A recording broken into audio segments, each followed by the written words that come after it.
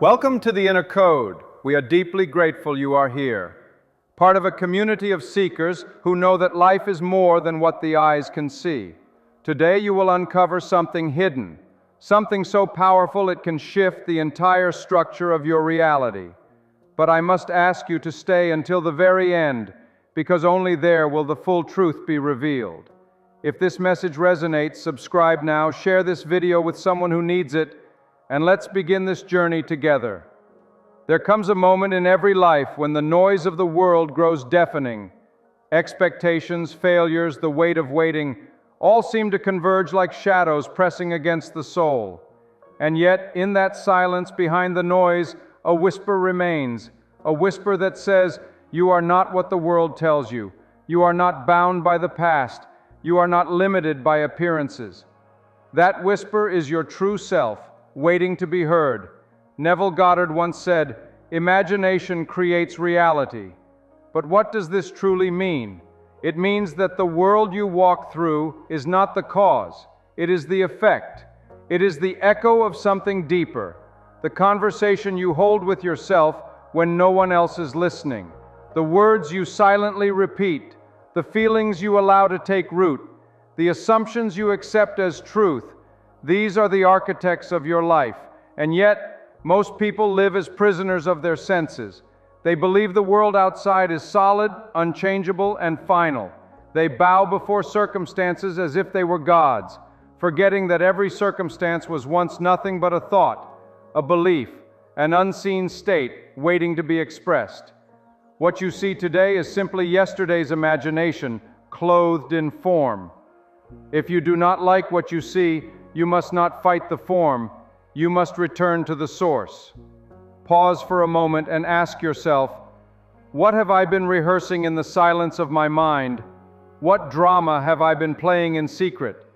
Because that silent drama is tomorrow's stage. The promise of this journey is simple yet revolutionary. By the end, you will discover how to command your inner world in such a way that life itself must bow before your assumption. This is not theory, not philosophy, it is law. Consciousness is the only reality, and imagination is its instrument. But to wield this power, you must first awaken from the great illusion, the belief that you are separate from what you desire. Desire feels like distance, like lack, like something not yet yours. But what if I told you that desire is not distance at all? That the very thing you long for is already alive within you, knocking at the door of your awareness, waiting for you to claim it. Every desire is a seed of memory from another state of being. You desire wealth because at some deeper level you already are wealthy. You desire love because love is already the truth of your being. You desire freedom because your soul remembers what it is to be free. Desire is not absence, it is remembrance. It is the voice of your higher self saying, "This is who you are. Wear it now." And here lies the paradox. The only thing standing between you and fulfillment is your unwillingness to accept the desire as already real. The mind says, "One day, if I work hard enough, maybe I'll get there." But consciousness says, "You are there now. Claim it, live it, feel it." To live in the wish fulfilled is to dare to walk in the world with a secret. The secret that while others see lack, you feel abundance. While others chase love, you rest in it. While others strive for freedom, you embody it. This inner posture, this assumption, reshapes the very fabric of time and space. Think of a mirror. When you stand before it frowning, the reflection frowns back. No effort, no delay, it simply reflects. Yet most people, seeing the frown in the mirror of life, rush to fix the reflection instead of changing their own expression. They try to rearrange circumstances, manipulate people, chase opportunities, all the while forgetting the mirror only reflects. Change the inner state, and the outer must follow. This is why Neville urged, live from the end. Assume the feeling of the wish fulfilled now, not tomorrow. Feel yourself already there. When the assumption becomes natural, the world has no choice but to rearrange itself in accordance. And yes, it will resist at first. Old states echo, old reflections linger, but if you persist, the world bends. Reality, no matter how solid it seems, is malleable clay in the hands of consciousness. Let us be clear.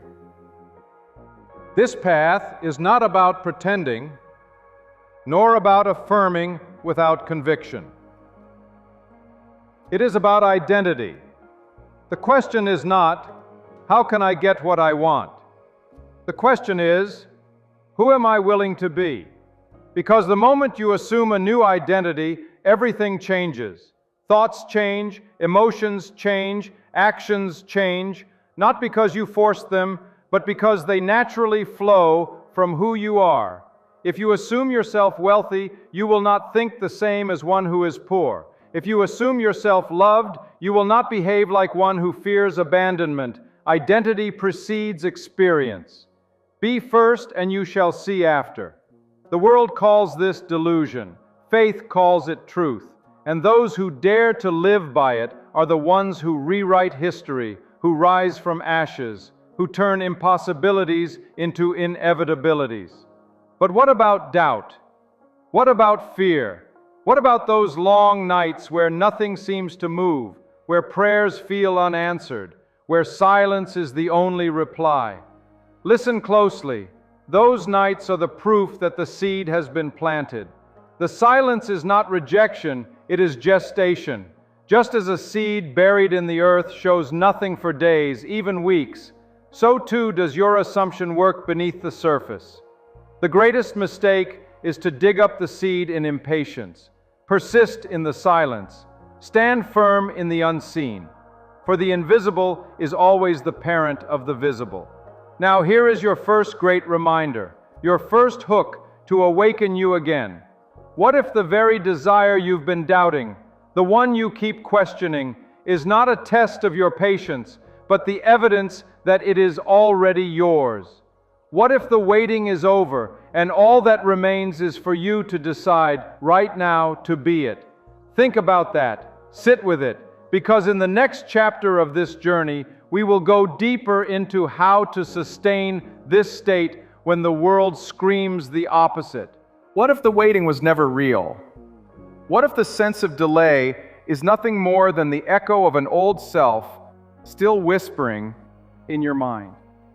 The truth is this: reality has no timeline but the one you impose. The moment you accept a new identity, creation is finished. The outer world may stumble and resist, but the inner world has already decreed. The law is irrevocable. What you dare to assume as real, in feeling and conviction, will crystallize into form. But here lies the challenge. The world does not change instantly.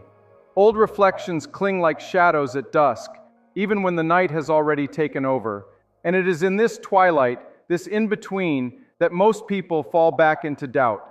They see no evidence, so they abandon the very seed they planted. Yet Neville taught that persistence is the secret of all manifestation. Not persistence of action, not persistence of willpower, but persistence of assumption, holding the inner state so faithfully that no storm of circumstance can shake it loose. Ask yourself, am I willing to remain faithful to the invisible? Am I willing to walk in the silence as if it were already done? Because if you are, the world must bow. The bridge of incidents will rise to meet you. Events, conversations, so-called coincidences, all will conspire to deliver what your assumption demanded. Think of it this way. If you were cast as a role in a play, would you step on stage and argue with the script? No. You would wear the costume, embody the lines, move as the character until the curtain falls. Life is the same. Once you choose the state, wealth, love, health, freedom, you must wear it, speak from it, live inside it. Whether or not the world believes you is irrelevant. The only question is, do you believe yourself? Because the world is not your creator. The world is your mirror. And a mirror never lies. But perhaps you feel haunted by your past. Perhaps there are memories that whisper you are unworthy, that echo old failures, that trap you in repeating cycles. This is where the sacred art of revision enters. Revision is the power to rewrite the past, not in history, but in memory. Because memory is not fixed. It is imagination applied to yesterday. And if imagination creates reality, then revising the past reshapes the present. Take a painful memory. Instead of rehearsing it again and again, close your eyes and reimagine it. See it differently. Hear the words you wished were spoken. Feel the outcome you longed for. Live in that new version until it feels more real than the old. What happens? The weight of the past dissolves. The hooks of old identity are cut. And suddenly you are free to occupy a new state without sabotage. This is not fantasy, it is law. You are not bound by what happened. You are bound only by what you continue to accept. Still, the mind will resist. It will say, "But I see no change. Nothing is happening." And here is where the master learns to rest. Neville called it the Sabbath, the state of divine rest, the moment when, after assuming the end, you let it be. You cease to strain, cease to seek signs, cease to demand proof. You rest, not in passivity, but in conviction. Like a builder who has laid the final brick, you know the house is complete, even if no one else has yet seen it. This rest is the greatest test of faith. Can you stop checking for evidence? Can you release the grip of anxiety? Can you walk in peace as if the work is already finished? Because it is. In this rest, life begins to rearrange itself with precision. The phone call arrives. The door opens. The meeting unfolds, not by your force, but by the quiet orchestration of the unseen. You realize then that you were never waiting on the world. The world was waiting on you to rest in certainty. And when you do, something remarkable happens. You begin to notice the bridge. The bridge of incidents is the invisible chain of events that lead you from assumption to manifestation. At first, they may seem ordinary, an overheard conversation, a sudden delay, a chance meeting. But look closer. Each is a thread being woven into the tapestry of your desire. The bridge is not random, it is law in motion. This is why you must never despise small beginnings. What looks like coincidence is the universe conspiring for you. What feels like detour is often the exact turn you needed. Do not demand that the bridge look spectacular. Its beauty lies in its inevitability. You may only recognize it in hindsight, when you see how perfectly everything was placed. But let us pause here and face the truth. The bridge is not always comfortable. Old states must die for new ones to live. Identities crumble, relationships shift, circumstances dissolve. The world you once clung to may fall apart, not to punish you, but to clear the path for the state you chose. This is where many surrender in despair. They think the crumbling means failure, but hear this. Collapse is proof that the law is working. The old must break for the new to rise. When the ground shakes, do not run, rejoice. It means the bridge is under construction. And now we arrive at the heartbeat of the teaching, persistence in the unseen. To persist is not to repeat affirmations endlessly, nor to force positivity. It is to silently hold your posture when the old world rages. It is to be so convinced of the end that you no longer argue with appearances. It is to embody the identity of the wish fulfilled until it becomes your natural state. When persistence becomes natural, manifestation is inevitable. You will look around one day and realize the world has bent to your assumption, not because you begged, but because you were. Now pause with me for a moment. Look back on your life. How many times did you give up just before the breakthrough? How many dreams withered because you demanded proof too soon? How many desires died because you let the silence convince you it was over? Understand this. You were never denied. You simply stopped before the bridge was complete. Here is your second great reminder. Your second hook to reignite the fire within you. What if the collapse you fear is not your destruction, but your rebirth? What if the shaking ground beneath your feet is not a warning to retreat, but the bridge being laid for your miracle? Will you turn back now, or will you step forward and claim what is already yours? Because in the next chapter you will see the final piece, the hidden promise that was waiting for you all along. The ground trembles, the old world shakes, pieces of who you once were begin to fall away, and somewhere deep inside you ask, am I losing everything? Or am I finally becoming myself? Listen carefully. The collapse is not a curse, it is the doorway. For only when the shell breaks can the seed grow. Only when the mask crumbles can the face beneath be seen. What feels like ending is always beginning in disguise. And this is where you are tested most, not in comfort, but in collapse. Can you hold your identity while the world strips away its disguises? Can you remain loyal to the end you have chosen, even as the scenery burns? Because if you can, then you will discover what the ancient teachers tried to whisper across centuries. Creation does not begin when the world agrees. It begins when you decide. Let me tell you something the world hides. The bridge of incidents was never about leading you to your desire. It was about leading you back to yourself. Think about it. Every desire you've ever held was not an invitation to chase something out there. It was a call to awaken something in here. Wealth is not outside you, it is your remembrance of abundance within. Love is not hidden in another, it is your recognition that you are love embodied. Freedom is not waiting at the end of struggle, it is your birthright as consciousness. The true journey of manifestation is not acquiring things, it is shedding illusions. Illusions of lack, illusions of unworthiness, illusions of separation.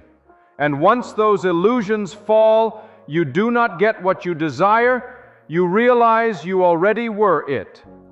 This is the great promise I asked you to wait for. The secret that has been humming beneath every word. Desire is not proof of absence, desire is proof of identity.